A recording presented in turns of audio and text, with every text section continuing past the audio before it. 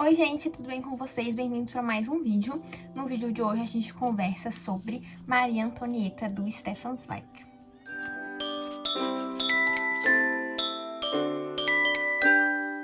Antes de começar a falar do livro de fato, não esqueça de deixar o like, isso é muito importante para ajudar o canal. Se inscreva se você ainda não é inscrito, tá bom? E compartilhe esse vídeo com algum amigo, com qualquer outra pessoa que você queira que a pessoa conheça este canal. E lembrando que eu tenho um link de afiliada na Amazon Submarino Americanas e comprando pelos meus links que estão aqui na descrição. Eu recebo uma pequena comissão, o valor não te altera em nada para você e é uma forma muito legal de você ajudar e contribuir aqui com o canal, ok? Recados dados, vamos enfim falar do livro. O Stefan Zweig, ele é um austríaco, ele morou um tempo aqui no Brasil, né? Devido à Segunda Guerra Mundial, ele acabou se exilando aqui, ele viveu em Petrópolis com a sua esposa e ele tem uma história meio triste, ele mais a esposa acabaram, né, por tirar a própria vida lá em Petrópolis. Quem quiser ir lá conhecer a casa dele e tal, está lá ainda. Mas, falando do livro em si, ele foi publicado em 1932, tá? E aqui a gente vai ter uma biografia da Rainha Maria Antonieta, e essa biografia ela tem um subtítulo, que é Retrato de uma Mulher Comum. Então aqui essa biografia ela é uma biografia bem minuciosa e bem detalhista. Eu fiquei chocada com a precisão de detalhes que o Stefan coloca aqui ao longo do livro, que vai mostrar essa faceta da Maria Antonieta enquanto uma mulher comum, para além de uma monarca. Então, em diversos momentos a gente acaba se identificando com ela, né? Porque às vezes parece uma coisa tão distante da gente, um príncipe, uma princesa, uma rainha, enfim, parece algo de outro mundo e que a gente não se vê ali, mas aqui ele vai mostrar ela como essa mulher comum, como uma qualquer outra, como eu, como você que tá aí assistindo esse vídeo, tá? E a Maria Antonieta, pra quem não sabe, ela é austríaca, ela foi uma austríaca, assim como o Stefan. Ela nasceu no dia 2 de novembro de 1755 e ela é filha da Maria Teresa, que foi a única mulher a reinar na Áustria e outros países ali que eram de domínio da Áustria, e também ela foi chefe da casa dos Habsburgos. Não sei como é que fala, mas enfim. Eu vou colocar aqui, tá? Esses nomes doidos aí. Enfim, foi uma mulher bem importante. Então aqui o Stefan vai fazer esse percurso histórico da vida da Maria Antonieta e ele vai começar, assim, tratando principalmente do arranjo do casamento da Maria Antonieta, né? A Maria teve o seu casamento arranjado com o neto do Luís XV. Então, a história começa aqui, a história, né? É estranho falar assim, mas as coisas começam a ser narradas aqui, contadas pra gente, a partir desse arranjo com a Maria Antonieta lá com seus 14 anos, que ela foi, né, teve esse casamento arranjado com o que viria a ser o futuro Luís XVI, neto do Luís XV. Então ele vai contando aqui pra gente como que foi esse arranjo, quais foram as implicações do casamento. Então tem todo um rolê aqui, porque quando ela vai virar, né, a Delfina ali da França, ela não pode casar nem na Áustria, nem na França. Então eles fazem uma coisa ali para eles ficarem no meio termo, num lugar meio desolado, assim, para fazer esse casamento, que não pode ser nem lá nem cá. E aí tem até uma passagem, um momento aqui, né, desse casamento, dessa descrição do cenário, que o Stefan vai trazer aqui um relato do Goethe, aquele autor bem famoso, do Sofrimento do Jovem Werther, aquele outro lá também, Fausto, que o local aonde a Maria Antonieta chega ali pra se casar e tudo mais, tem uns quadros, que agora eu esqueci quais que são os quadros, mas aí a gente já tem essa coisa do presságio, e o Goethe ele até fala, nossa, como que... Não, ele não fala assim, né, mas só exemplificando, ele fala, nossa, como que colocam pra receber essa mulher aqui com essas imagens péssimas? Então, já o tempo inteiro durante a narrativa, o Stefan vai colocando esse tom de presságio de que algo de ruim vai acontecer com essa mulher, e de fato, né, não é spoiler, porque se você conhece um pouco de história, você sabe que a Maria Antonieta e o Luís XVI foram guilhotinados e que deu início ali à Revolução Francesa, que durou 10 anos após a morte deles, tá? Então, o tempo todo tem esse toque de um presságio de que uma coisa ruim vai acontecer, e logo assim, no próprio casamento, com esses quadros que estão ali dispostos, já indica assim, olha, péssima escolha. Então, né, a gente tem esse começo que vai falar sobre esse casamento, que vai descrever a personalidade da Maria Antonieta, e a gente vai vendo, assim, que ela é um pouco imprudente, já eu vou falar disso, tá? Mas aí, no dia 10 de maio de 1774, a Maria Antonieta já está instalada na França, né, já tá ali vivendo como uma delfina. O Luís XV morre, e aí tanto ela quanto o Luís XVI vão se tornar de fato agora reis da França. E o que a gente vê nessa descrição é que nenhum dos dois estavam preparados para isso. Tanto que na hora que soa, né, de fato, que o Luís XV, ele fica doente, então assim, já tava todo mundo esperando que uma hora ele ia morrer, porque a doença que ele pegou não tava indo bem, ele já tava ficando em decomposição, só pra vocês terem noção. Eu esqueci agora que doença que é, gente, mas é uma doença bem que acometia as pessoas bem nessa época. Vou tentar achar aqui, coloco aqui o nome pra vocês. Então, as pessoas já estavam esperando. E aí, quando soa que o rei de fato morreu e que agora eles vão ter que governar, a cena que eu imaginei foi mais ou menos eles botando a mão na cabeça assim, pensando, meu Deus, eu não tô pronto, meu Deus, eu não quero. Mas eles vão ter que assumir, né, já que eles são os próximos na lista de sucessão, então não tem como fugir disso, tá? E falando sobre o temperamento da Maria Antonieta, gente, o tempo inteiro, o Stefan, ele vai mostrando pra gente como que ela foi mal instruída, tá? Então, assim, antes mesmo dela ir, ele já conta que lá na Áustria, ela não teve tantos ensinamentos com relação ao decoro e à etiqueta que deve se manter na corte. Lá na Áustria, ela era, de fato, uma criança. Porque, assim, gente, com 14 anos, você tá chegando na sua pré-adolescência, na sua adolescência. Então, ela ainda é mais ou menos uma criança quando ela se casa, quando ela vai lá para a França. E a gente vê essa nítida diferença de como ela vivia na Áustria e como ela vai ter que passar a viver na corte de Versalhes, porque lá você tem que manter toda uma etiqueta, né? Tem até uma mulher aqui que vai tentar botar a Maria Antonieta nos trilhos, que ela fica chamando de Miss Etiqueta, né, em português. E a gente vai vendo que a Maria Antonieta, ela não quer, gente. Ela quer, de fato, ser uma criança, ser uma adolescente. E aí, nesses momentos, a gente fica vendo essa questão de uma infância que foi roubada. E a gente também pode pensar aqui na questão do que se entendia por infância naquela época, né? Porque eu não sei se vocês sabem, até certo período, principalmente na Idade Média e ainda depois dela, afinal aqui a gente está falando do século XVIII, o conceito de infância, ele era um conceito que ele praticamente não existia, tá? Principalmente com relação às mulheres, tá? Acreditava-se aqui que a partir do momento que a mulher tem a sua primeira menstruação, ela já deixa de ser criança, adolescente, enfim, e já de fato se torna uma adulta a cumprir com seus deveres, enfim, toda aquela coisa, já tá pronta para casar. Então, essa questão da infância lá nesta época, ela não era vista como a gente vê hoje, né? Hoje em dia é inadmissível uma criança de 14 anos casando. A gente já acha meio absurdo alguém da minha idade casando, a gente já fala que é cedo, agora imagina com 14 anos. Então, assim, a gente tem que ter em mente também que naquela época o conceito de infância, ele é um conceito que praticamente ele não existia. As crianças já começam a andar, já dá conta de fazer as coisas, vai trabalhar, as mulheres vão casar e é isso, sabe? Então, a gente vai vendo ao longo dessa narrativa, essas questões dela, com a etiqueta, que ela não consegue seguir o decoro ali, porque, gente, pra gente é meio absurdo, mas ela basicamente tá agindo como uma criança, igual a gente vê que ela quer brincar, ela quer correr, ela quer se divertir.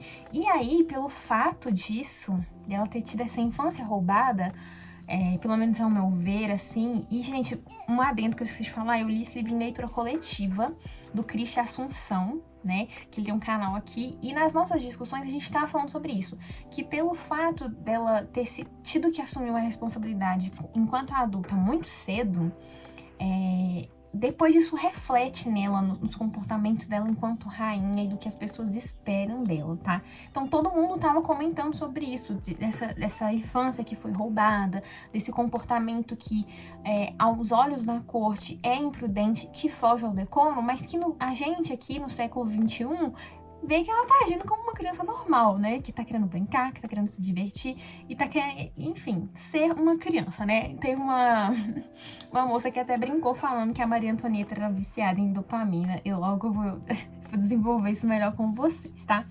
Então, a partir disso, né, a Maria, esse temperamento dela é uma coisa que já vinha incomodando as pessoas antes mesmo dela se tornar uma rainha.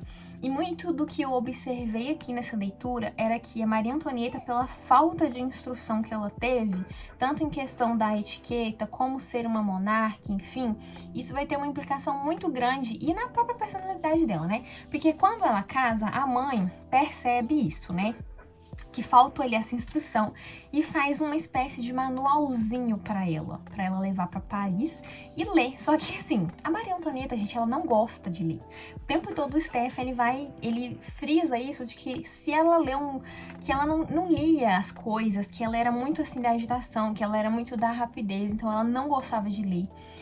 Então ela não lia nada, ela nem tocou nesse manualzinho que a mãe dela deu pra ela. Quando ela recebia cartas, ela passava o olho por cima assim, já tipo queimava, nem tava nem aí.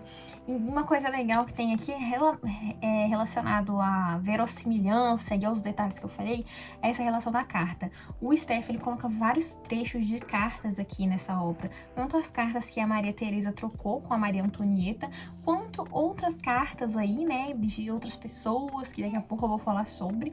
Então a Maria Teresa, ela já fica com aquele pressentimento de que vai dar ruim se a filha dela continuar desse jeito. Então é aquilo que eu tava falando, o negócio da premonição que fica presente na obra. Então a Maria Teresa sente que ela cometeu um erro de ter mandado a filha dela tão jovem ali, tão imprudente, para esse meio. Então, ela vai tentando orientar a Maria Antonieta de longe, mas ao mesmo tempo sem interferir tanto, porque afinal ela não pode, né, fazer certas coisas. Então, em dados momentos, ela até pede para outras pessoas tentarem, né? A gente vai ter a figura do Mercy aqui, que é meio que um emissário da Áustria que está ali, que jurou ajudar a Maria Antonieta, né? E ele tenta, assim, auxiliar ela em diversos momentos, mas não rola, gente. E a gente vê muito isso, principalmente no capítulo do Trianon. Quando a Maria Antonieta fica mais velha, ela, como eu disse, ela é imprudente, tá? Diz que ela é imprudente. Ela gosta de usufruir os privilégios de ser uma rainha, mas ela não quer cumprir com os deveres do reinado, tá? Então, só pra vocês terem noção, vai ter um dado momento num capítulo que chama Trianon, que Trianon foi um castelinho ali que o Luís XVI deu pra ela poder se divertir. E a Maria Antonieta, ela era viciada em diversão, tá? E por que que ela é viciada em diversão, tá? Porque assim, gente, quando as pessoas casavam aqui, eles tinham que consumar o casamento. Como assim? Eles tinham que ter relações. Só que, por algum problema ali, e isso é bem relatado no capítulo Segredo da Alcova, e esse capítulo, ele é fundamental pra gente entender todos os rolês ali depois que vão acontecer com a Maria Antonieta, alguns atos dela, porque o Luís XVI, ele não vai conseguir consumar o casamento. Gente, sério, eles vão casar e vão passar cerca de 7 anos sem consumar o casamento. E a Maria Antonieta é jovem, enfim, né, tá com os hormônios à flor da pele, então, e ela fica esperando ele, tá, gente? Só pra deixar claro que nesse período ela não trai ele, ela não arrumou amante, nesse período. Porque depois vocês vão ver, bom, a gente vai chegar lá. Mas, então, passam-se mais ou menos esses 7 anos sem que eles consigam consumar um casamento, sem que haja um herdeiro, porque é isso que se espera de uma rainha, né, que ela traga um herdeiro para o rei, só que ele não vai conseguir.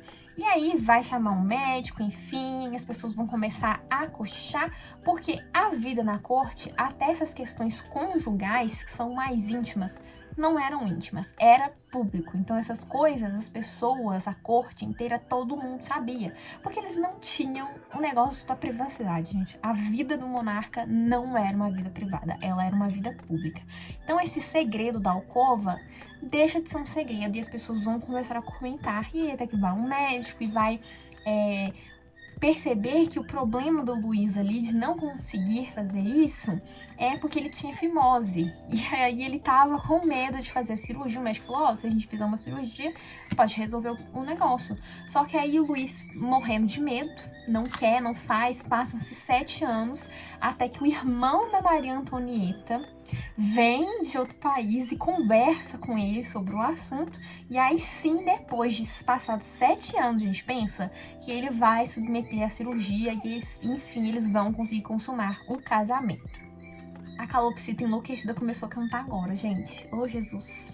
Então aí, a partir disso, que eles finalmente conseguem consumar o casamento, a Maria Antonieta fica grávida, de fato, né? E era uma coisa que ela queria muito, cumprir este papel dela, né? Em dado momento, ela tá trocando cartas com a mãe, e aí elas comentam sobre uma prima, parece, que teve um bebê e o bebê nasceu morto.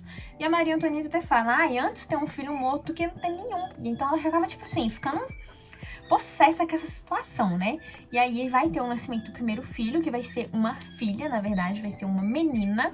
Então, e gente, e aí que entra o negócio que eu tô falando, que eles não têm privacidade. Pra vocês terem noção, no nascimento, no parto, tinha 50 pessoas no quarto com a Maria Antonieta esperando pra ver se ia nascer um menino ali. Então, assim, imagina, você parindo, você não tem privacidade, você não tem descanso nem na hora de ter um menino. Então, assim, a vida na corte ela não era pública. E a Maria Antonieta, no total, ela e o Luís XVI vão ter 4 filhos. Só que 2 vão morrer, tá? Vão ser 2 meninos e 2 meninas. E 2 morrem e 2 ficam vivos, tá? Então, aí... E por que eu tô contando esse negócio do segredo na alcova, tá? Porque, como eu disse, a Maria Antonieta, ela é imprudente, gente. Fica com isso na cabeça. E ela é, assim, fissurada por diversão. Ela é muito agitada, ela é descrita como uma tempestade, uma mulher que preza pela rapidez, enfim, sabe? Que gosta de viver, assim, sabe? É isso, basicamente. Então, ela queria se divertir, ela queria fugir dessa etiqueta de dentro da corte, ela queria, sabe, viver, basicamente. E aí, né, nisso, o Luís XVI, que ele era bem submisso a ela, ele fazia tudo o que ela pedia, vai dar pra ela o Trianon, que é um palácio ali menorzinho, que ela vai mandar reformar. E daí já entra um problema, gente. Esse Trianon vai ser um problema na vida dela. Por quê? A Maria Antonieta vai começar a gastar dinheiro demais. Então ela vai reformar esse Trianon pra ficar todo no estilo dela. Vai mexer no jardim, mas não sei o quê, fazer umas... Enfim, vai gastar horrores ali do dinheiro público nesse Trianon. E esse Trianon, ele vai ter uma fama bem ruim, porque ali a Maria Antonieta vai começar a receber pessoas que não são tão bem vistas na corte, vai deixar de lado pessoas que para ela eram velhas e feias. Ela queria estar na moda, ela queria fazer a moda, tanto que ela ficou conhecida como a rainha do rococó, né, que foi um estilo ali. Então, ela tinha milhões de vestidos, gente. Tinha um vestido para cada dia. Então, ela uma gastação, assim, sem fim. Ela era viciada em joias. Então, nesse Trianon, ela vai começar a receber essas pessoas que a corte não curte tanto, porque são pessoas jovens, pessoas que também estão em busca de diversão, assim como ela.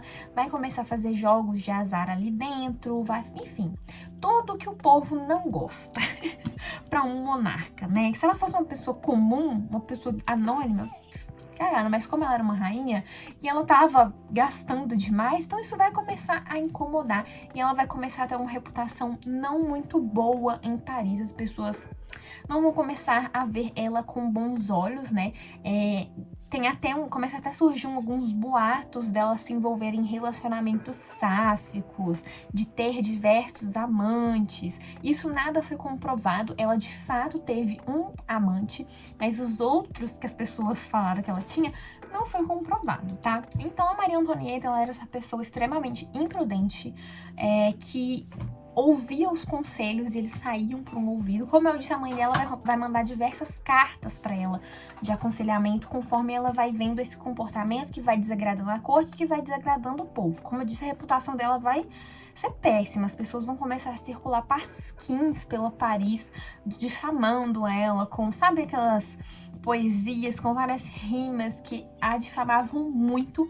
E ela vai se envolver também numa intriga bizarra e ridícula que quase poderia ter gerado uma guerra, que foi antes da morte do Luís XV, né? O Luís XV, ele tinha muitas amantes, assim, ele também não era um rei, assim, muito seguido, assim, no decoro, não, tá? Ele tinha envolvimentos amorosos que iam contra esse decoro, e principalmente com uma mulher chamada Du Barry, tá? Essa mulher, ele colocou ela dentro da corte, então ela tava usufruindo bastante ali dos privilégios da corte de ser amante do rei. Todo mundo, ninguém gostava dela, assim, basicamente, mas todo mundo abaixava a cabeça pra ela, porque, né, ela era amante do rei, todo mundo sabia e não queria problema.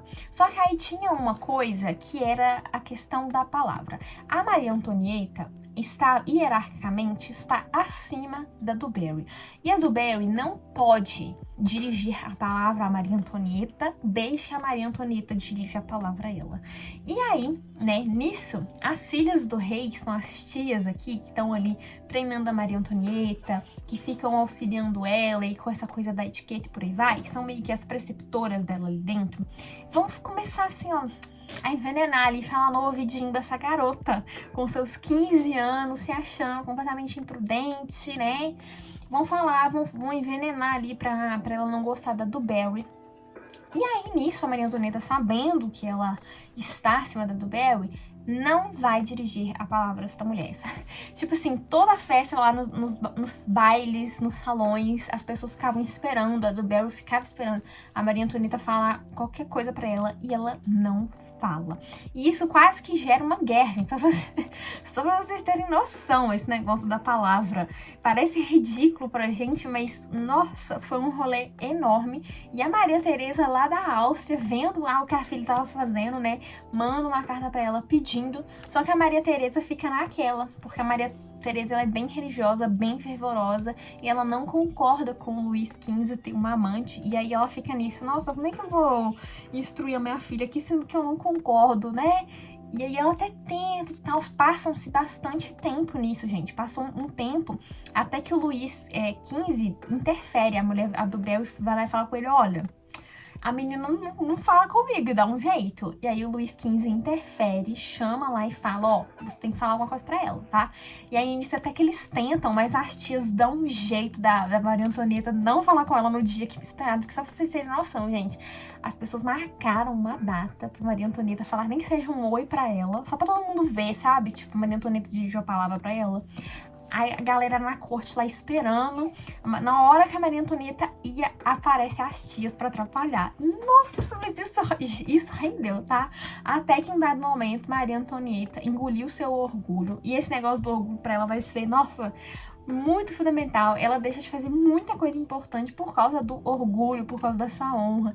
Então ela sentiu que a honra dela ali foi ferida. Ela se refere a Du Barry. Ela vai lá e vira a palavra pra ela, mas nunca mais ela falou com ela. Ela só falou aqui naquele momento pra corte ver e pronto.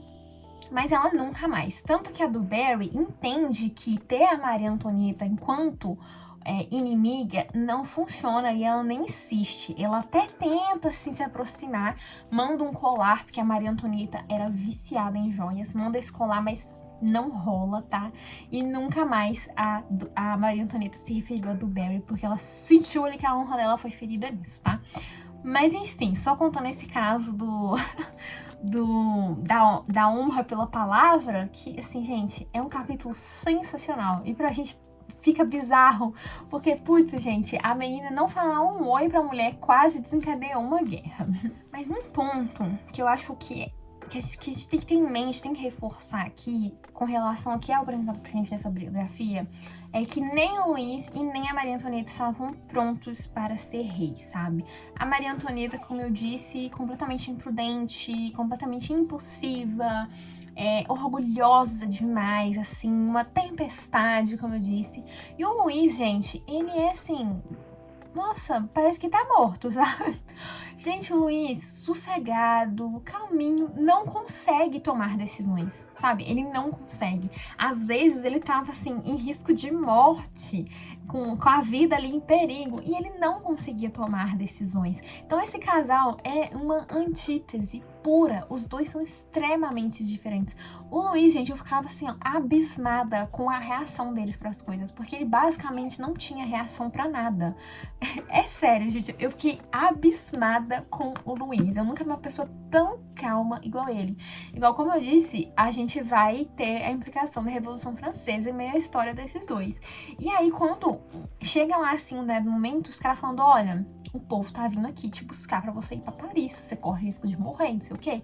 Ele basicamente fica lá, tipo, que pena que eu não vou poder caçar. Sério, gente, ele não tem reação pra nada. Até na hora de morrer, ele não esboça uma reação de medo, ou de angústia, ou de revolta. A gente não vai ver isso no Luís. Então, assim, ele não estava pronto. É só o fato dele não conseguir tomar decisões, a gente vê um problema ali. Porque o rei, ele precisa tomar decisões. Por mais que ele tenha os conselheiros ali, ele tem que dar a palavra final. E o Luís, ele não conseguia dar a palavra final. Aqui na página 99, o Stefan fala, no capítulo Retrato de um Casal Régio, ele vai mostrar bastante essa diferença e essa antítese entre esses dois, né? E aí ele até fala, né, sobre a Maria Antonieta, que o que ela queria era jogar, brincar, que ela não queria trabalhar, ter esse trabalho verdadeiro, e que ela conversa com a boca, mas não com a cabeça, que ela não é uma pessoa muito de pensar. E o Luís, ele já é uma pessoa que gosta de ler, que gosta de ser mais na dele. A diversão dele, basicamente, era caçar, né? Porque, como eu disse, teve esse problema aí dele não conseguir consumar o casamento, então ele não se sentia um homem de verdade. E aí, pra suprir esse problema dele, ele começou a caçar. Então, era uma coisa que ele gostava de fazer, ele gostava de ler, ele gostava de dormir cedo. Gente, eu acho que o Luís... Depois eu vou olhar, gente, porque... Sério, ele é todo assim, metódico, todo no planejamento. Se o Luís XVI vivesse hoje em 2021, ele seria aquela pessoa que tem um planner, que anota tudo que vai fazendo no post-it, que cola e que depois vai lá dar um check. Virginiano, depois eu vou olhar quando que ele nasceu, tá? Mas basicamente o trecho que eu quero ler pra vocês e que eu acho que mostra muito essa diferença entre os dois e que, assim, que é um casal que não combina em nada, é aqui, ó. Poeta algum poderia criar antítese caracterológica mais crassa do que a daquele casal totalmente díspar. Até o mais ínfimo dos nervos do corpo, até o ritmo de sua circulação sanguínea, até a mais expressiva vibração de seu temperamento. Maria Antonieta e Luís XVI, com todas as suas qualidades e características, constituem uma antítese verdadeiramente exemplar. Ele grave, ela leve. Ele desajeitado, ela flexível. Ele rígido, ela maleável. Ele apático, ela agitada e nervosa. E do ponto de vista psicológico, ele indeciso, ela de rápidas decisões. Ele de reflexão lenta, ela espontânea nos sims e nos nãos. Ele um fervoroso beato, ela ditosamente apaixonada. Ele humildemente modesto, ela conscientemente coquete. Ele pedante, ela agitada. Ele econômico, ela esbanjadora. Ele extremamente sério, ela extremamente frívola. Ele navio pesado em maré adversa, ela espuma na dança das ondas. Nossa, essa descrição dele, principalmente essa final. Ele navio pesado em maré adversa, ela espuma na dança das ondas. Pra mim é sensacional. E depois ele ainda fala, ele se sente melhor sozinho. E real, Luís XVI era uma pessoa que gostava muito de ficar recluso na dele, nos seus livros. ele não gostava de ficar na agitação, já ela gostava, né? Igual ela fala, ó, ela em companhia agitada e ruidosa, com satisfação bárbara e animal. Ele gosta de comer muito e de beber vinhos encorpados. Ela nunca toca o vinho, come pouco e depressa. O elemento dele é o sono, o dela a dança. O mundo dele é o dia, o dela a noite. Então, assim, essa descrição que ele faz dos dois enquanto casal mostra muito da personalidade deles e de coisas que interferiram depois quando a bosta fedeu. Basicamente isso, entendeu? Quando a Revolução Francesa começa a surgir, esse temperamento dos dois aqui vai ter uma implicação muito grande. O Luís não consegue tomar decisões, ela toma assim muito rapidamente, não pensa sobre elas.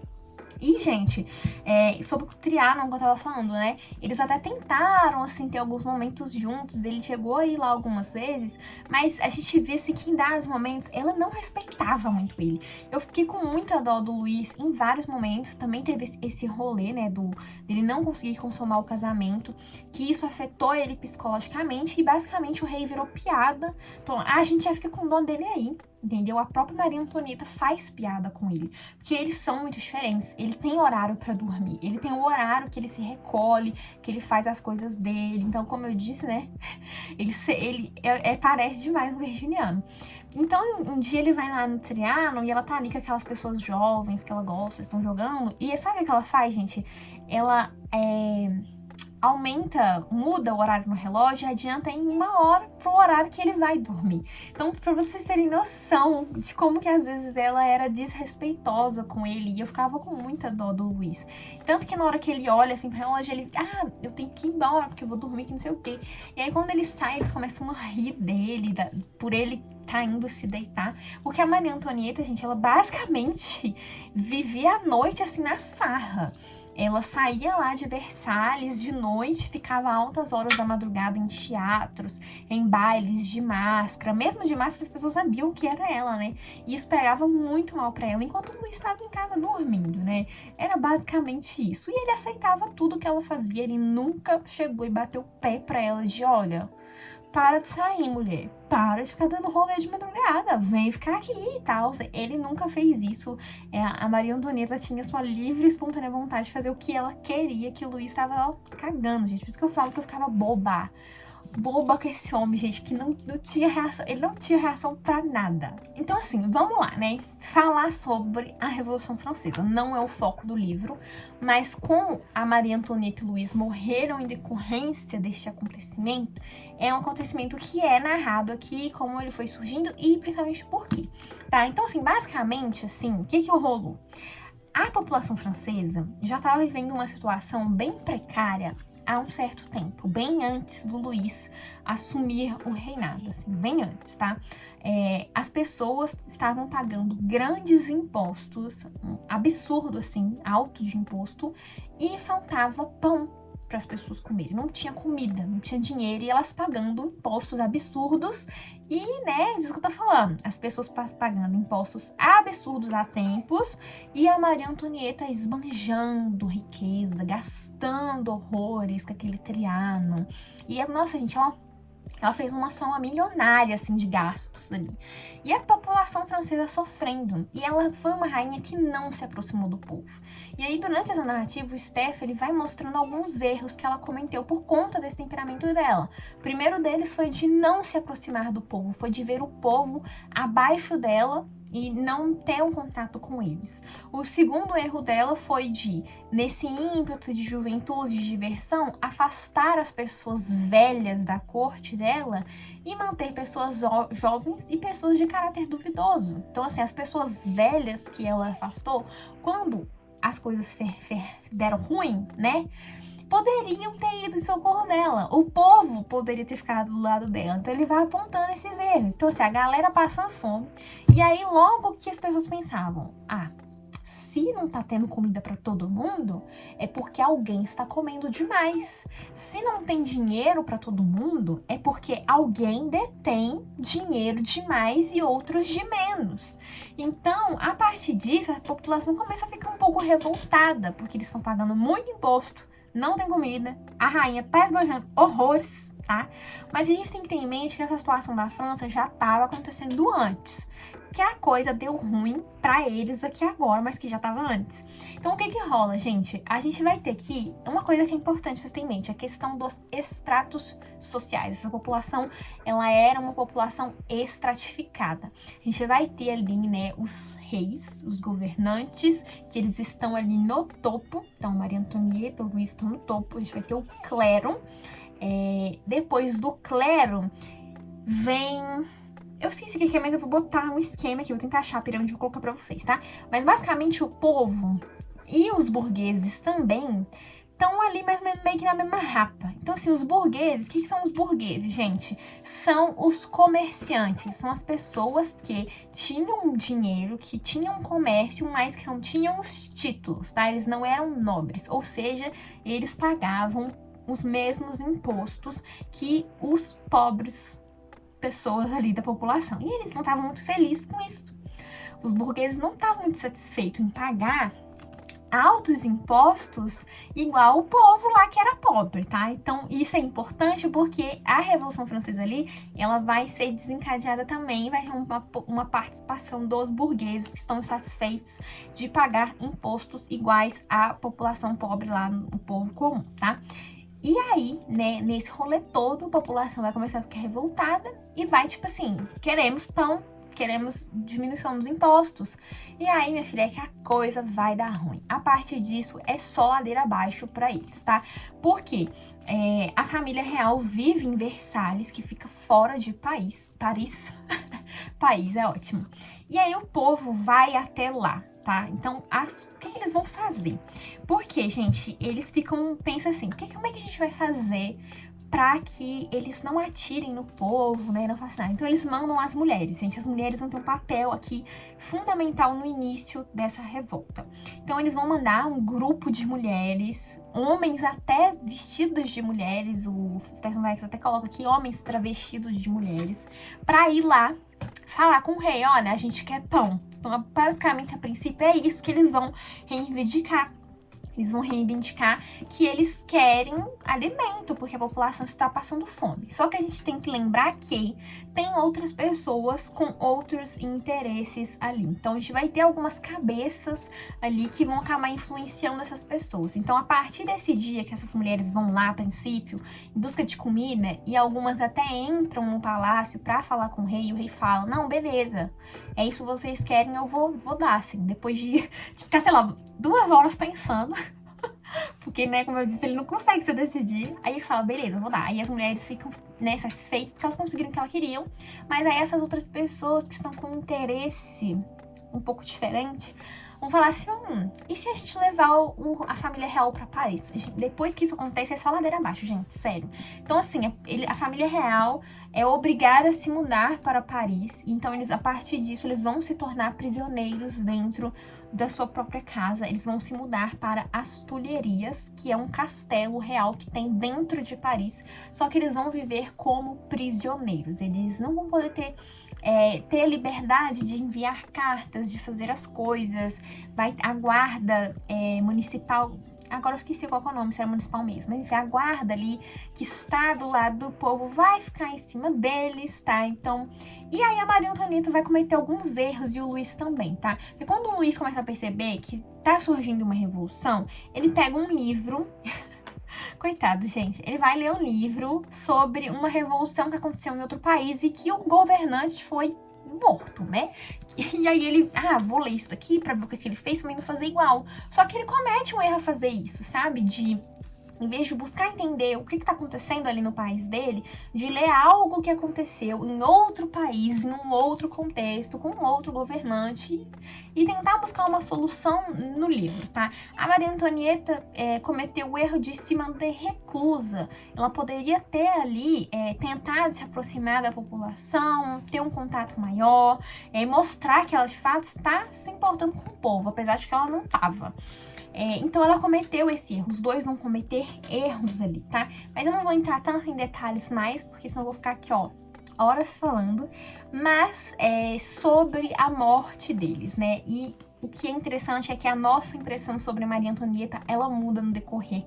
Que a biografia é contada. Porque até certo período a gente fica com um certo ódiozinho dela, um certo rancinho. Porque ela é muito imprudente, ela é desrespeitosa. Ela, né, sabe, ela tem certos comportamentos que tinha horas que eu ficava, assim, revoltada com isso. Principalmente com a maneira dela tratar o Luiz. Só que aí, depois que começou a acontecer essas coisas, a maneira que tudo foi encaminhado para a morte deles foi muito dura e foi muito pesada. E, assim, eram umas barbaridades que assim, me tocaram muito, que eu fiquei um pouco chocada em o que o ser humano pode chegar, sabe? Porque eu fiquei pensando assim, gente, mas precisava matar? Porque, assim, pra quem não sabe como se desencadeou, vai chegar um momento que não vai haver monarquia mais, eles vão ser destituídos dos cargos de rei e rainha, então eles vão ser apenas Maria Antonieta e Luís, não vão ser mais os reis da França. E assim, eu vi assim, inúmeras possibilidades pra fazer isso, que não precisava de uma guilhotina, sabe? Não precisava de levar a um extremo, mas, né, as pessoas se sentiram ameaçadas, as pessoas que... Porque assim, de um lado tinha uma galera que queria instaurar uma república e de um outro lado tinha a própria família do Luís que queria assumir a coroa. Então essas pessoas meio que não fizeram nada por ele, sabe? O que me indignava era que os demais países e a própria Áustria, porque a partir do momento que a Maria Antonieta deixa de ser rainha da França, ela passa a se tornar membro da corte da Áustria novamente, e eles não fazem nada pra ir lá resgatar ela e tirar ela da situação, né? A única pessoa que vai mover aqui algo e que vai fazer, assim, inúmeras coisas possíveis e impossíveis para essa família é o amante da Maria Antonieta, o Fersen, que ele era um sueco, se eu não me engano, agora eu fico confundindo, ou era da Suíça. Ele era de outro lugar aí, tá? Ele é o único que vai fazer algo, que vai se indignar pela situação que eles estão vivendo. Porque assim, gente, assim, não vou falar que eles não fizeram nada. Eles não fizeram nada no sentido de não tentar entender o que o povo deles estava precisando, né? Igual falando que faltava comida, faltava dinheiro, o imposto tá demais, eles poderiam ter tomado alguma decisão com relação a isso. O erro deles foi nisso aí, de não se aproximarem da população, de não buscar entender o que o povo quer. Mas agora, pra chegar nesse extremo, assim, eles não fizeram nada. O que aconteceu foi que a coisa deu ruim pra eles de algo que estava acontecendo há muito tempo ali na França, sabe? Então, assim, já diria o Deadpool, a merda fedeu pra eles e deu ruim, tá? E é muito triste, porque depois que o Luís morre, e é sério, o Luís não tem uma reação. A pessoa fala, tu vai morrer, ele... Tá bom, beleza. Ele vai tranquilamente e tudo mais. Depois disso, que a gente vê como que a Maria Antonieta fica sozinha e a maneira como ela vai ser tratada, gente, ela vai começar a ser tratada como uma criminosa. E assim, gente, a mulher não fez nada. Sandra, da edição, passando para dar um adendo. Quando eu digo que ela não fez nada, eu digo no sentido de que, na minha percepção, haviam outras alternativas para aquela situação ali. Mas, ao mesmo tempo, a Maria Antonieta, com todo o seu comportamento ao longo dos anos, com tudo que ela foi fazendo, trilhou o seu caminho para a guilhotina. Como eu disse, ao longo da biografia, o Stefan Zweig vai mostrando diversos erros que ela cometeu, diversas atitudes que depois, no futuro, quando as coisas deram ruim, favoreceram a tudo aquilo. Então, já não tinha mais como voltar atrás. Ela só começa a agir como uma rainha de fato, a pensar nos seus atos, a pensar nas questões, depois que já deu ruim. E aí já não adianta mais. Então, quando começam a surgir fake news sobre elas, coisas absurdas, já não tem como mais, porque todo o comportamento dela favoreceu para que as pessoas acreditassem naquelas mentiras. Ela mesmo não fez nada, assim, né? Tipo, entre aspas, né? Aquilo que eu disse sobre ela. Então, todo o comportamento dela, de enquanto jovem, tudo isso vai ser usado contra ela no seu julgamento e ela vai ser guilhotinada, gente. E pra quem quiser saber, o Napoleão, ele é citado aqui em um dado momento, tá? Mas, enfim, rapidamente. Só em um momento aqui que ele se envolve, depois fala, né? Que depois ele ia estar ali também, no mesmo lugar onde Luís XVI e Maria Antonieta estiveram. Mas uma coisa que eu acho impressionante nesse livro é a maneira que o Stefan descreve a Revolução. Ele descreve ela como se fosse um ser vivo, como se a própria revolução fosse uma pessoa que pensa, que age e que tá impaciente e que não espera e que quer ir atrás do que eles estão buscando. Então essa descrição que ele faz da revolução é muito impecável. Assim, gente, esse livro, como um todo, ele é impecável. A escrita do Stefan Zweig, ela é impecável, gente. Vou falar pra vocês, se você nunca leu uma biografia e não sabe por onde começar, mas quer uma indicação, pega esse livro aqui. Porque a escrita do Stefan, ela é sensacional. Ela é detalhada, mas ele escreve de uma forma que a gente fica preso. Por quê? Ele, a cada final de capítulo, ele joga uma coisa, assim, um toque que faz você querer continuar. E além disso, por ele ter essa escrita de que é envolvente, fica parecendo que a gente tá lendo um romance. Em diversos momentos eu tinha que ficar assim, me lembrando que tudo que tá aqui aconteceu, que são fatos reais, que eu não estou lendo um romance. Então por isso que eu acho que esse daqui é um livro muito bom pra quem não leu biografia ainda, mas quer começar alguma coisa, mesmo que você não tenha interesse em monarcas, enfim. Mas você só quer ler, começar a conhecer esse gênero. Esse livro aqui, ele é muito bom pra quem quer ler pela primeira vez, tá? A escrita, ela é sensacional, ela é acessível, não é uma escrita difícil. E apesar de ser uma biografia histórica, porque a gente vai ter uma figura histórica e acontecimentos históricos, o Stefan, ele foca muito na figura da Maria Antonieta. Porque às vezes a gente vai ler uma biografia por alguma figura histórica, e aí o autor, ele se perde um pouco nas coisas que estavam acontecendo ali, né? Igual aqui quando a gente vai ter a Revolução Francesa. Ele, em momento algum, o foco muda para a Revolução Francesa. Lógico, ele traz aqui as implicações, o que foi desenvolvido, quem eram os nomes das pessoas que estavam por trás ali, mas em nenhum momento o foco vira para esse acontecimento histórico. O foco sempre vai estar na figura da Maria Antonieta, o que eu acho muito bom. E, gente, como eu disse, é cheio de detalhes. As cartas que ele traz aqui, da Maria Antonieta com as outras demais pessoas que ela trocou, né? Tanto com a mãe, quanto com o Fersen e com outras pessoas, traz toda uma verossimilhança, você não duvida de nada. Fiquei me perguntando assim, gente, porque o trabalho que deve ter sido pra fazer isso daqui, tá? Pra reunir todo esse material, porque é uma biografia bem extensa, tem quase 500 páginas, tem um prefácio e um pós-fácio muito bons, tá?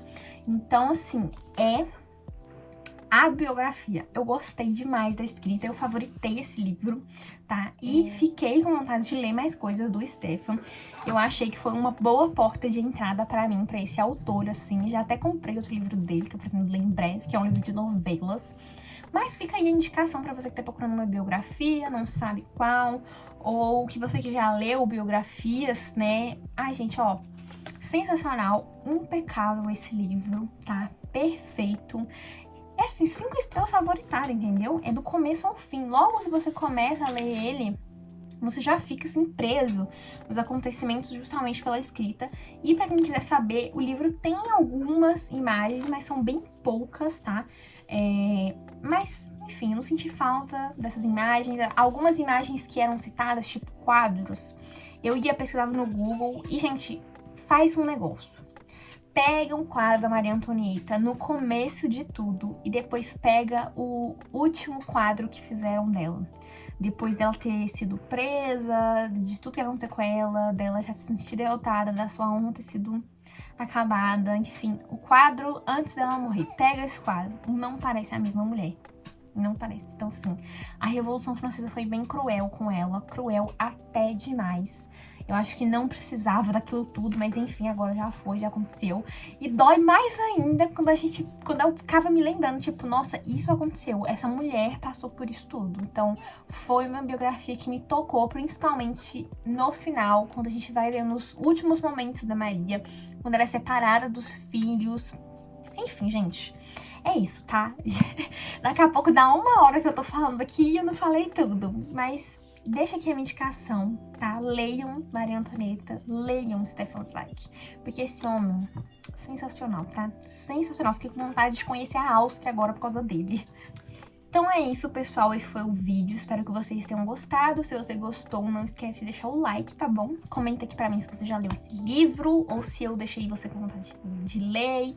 Se você já leu, comenta o que você achou, quais foram as suas impressões, o que você acha da Maria Antonieta, se no final você também ficou com dó dela. É muito doido, porque no começo a gente fica com raiva dela, depois a gente fica com dó, tá? Então é isso, gente. Um beijo e até o próximo.